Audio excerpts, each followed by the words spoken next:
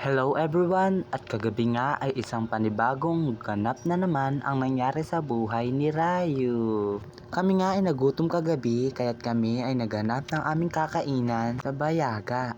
Tinamad nga akong magsaing kaya niyaya ko na lang ang tita ko na kumain sa labas. At habang nasa biyahe nga, nakasakay kami sa tricycle ay may naisip akong gawin. Kasi naboboring na ako. Niyaya ko nga si Kuya Driver na mag-TikTok kaming dalawa. Who was interested first? Who said I love you first? Who's more protective? Who cleans more? At pagkababa nga namin ng tricycle, dito kami nagpunta sa 7-Eleven para mag-cash out ang tita ko. At habang nag-aantay nga kami ay may nakita daw na kamukha ang kapatid ko. Alin? Kamukha ako, ba't nandyan ako? Nasaan? Sino kamukha mo? Kamukha mo, tingin nga. Oo nga. Nakakatawa. At after nga ng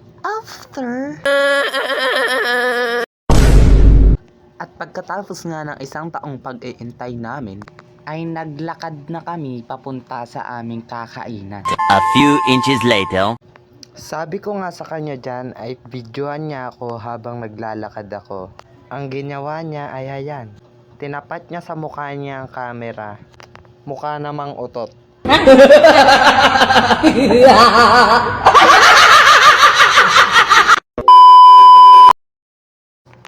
At nakarating na nga kami sa aming kakainan. At habang nag-aantay nga kami ng aming in-order, ay wala akong magawa kaya tinry ko tong salamin. At sobrang labo niya kaya tinapon ko na lang. And may nakita nga akong kuting na sobrang ganda ng mata. Ayan, sobrang ilap pa na dyan. Kaya yung ulo niya hinila ko. At pinilit ko ipakita sa inyo ang kanyang mata. Pero sobrang kulit niya nga dyan kaya hinayaan ko na lang siyang umalis pagkatapos ko siyang pisil-pisilin sa leeg at sa mata.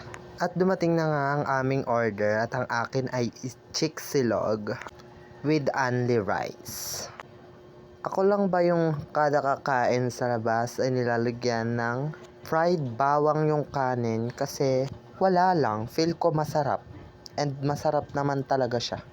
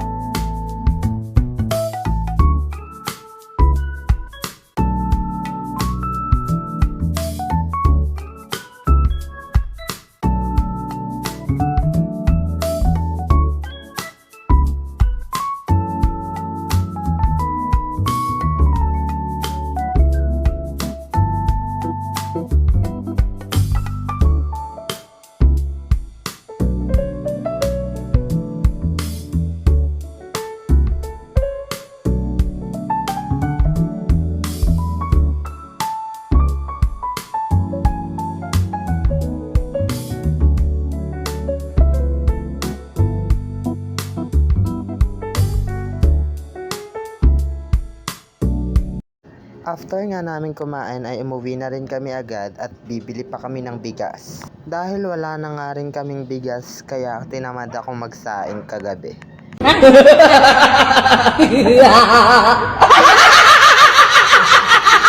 At habang naglalakad nga kami papunta ng sakayan ng tricycle, ay tinanong ko ang kapatid ko kung masarap ba ang foods. Masasabi mo sa kinainan natin. Solid! Okay guys. At ayan, nakasakay na nga ulit kami ng tricycle dahil pauwi na kami. Sobrang nakakapagod nga ang gabing ito dahil naglakad kami. And sobrang layo ng nilakad namin. At habang nakasakay kami ng tricycle ay nakita ko ang totoong Morissette.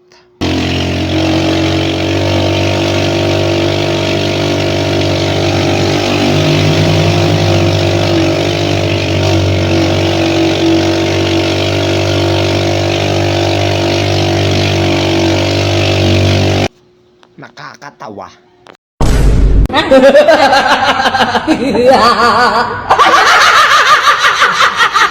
At hanggang dito na nga lang po muna sa susunod na aking vlog. Bye!